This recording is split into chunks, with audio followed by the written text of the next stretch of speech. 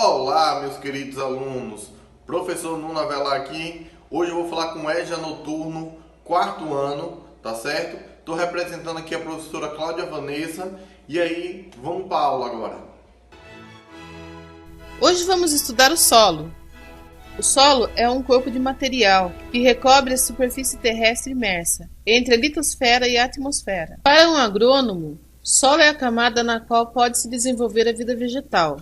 Para o engenheiro civil, sob o ponto de vista de mecânica dos solos, solo é o corpo passível para ser escavado, sendo utilizado dessa forma como suporte para construções ou material de construção. Solo é a camada mais superficial da crosta. É composto por sais minerais, seres vivos e rochas em decomposição. Existem muitas variações de terreno a terreno dos elementos de um solo, mas basicamente figuram-se em 4 camadas principais. A primeira camada é rica em humus, detritos de origem orgânica. Essa camada é chamada de camada fértil.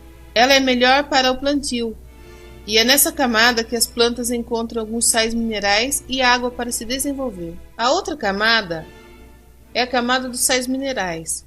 Ela é dividida em 3 partes. A primeira parte é do calcário. A segunda parte é a de argila, formada geralmente por caulinita, caulin e sedimentos de feldspato. A última parte é de areia. Esta camada é muito permeável e existem espaços entre as partículas de areia, permitindo que entre água e ar com mais facilidade. A terceira camada é das rochas parcialmente decompostas. Depois de se decomporem totalmente, pela ação da erosão e agentes geológicos, essas rochas podem virar sedimentos. A quarta camada são as de rochas que estão inicialmente começando a se decompor. Essas rochas podem ser chamadas de rocha matriz. Tem diversos tipos de solo. Solos arenosos são aqueles que têm grande parte de suas partículas classificadas na fração areia, formado principalmente por cristais de quartzo e minerais primários.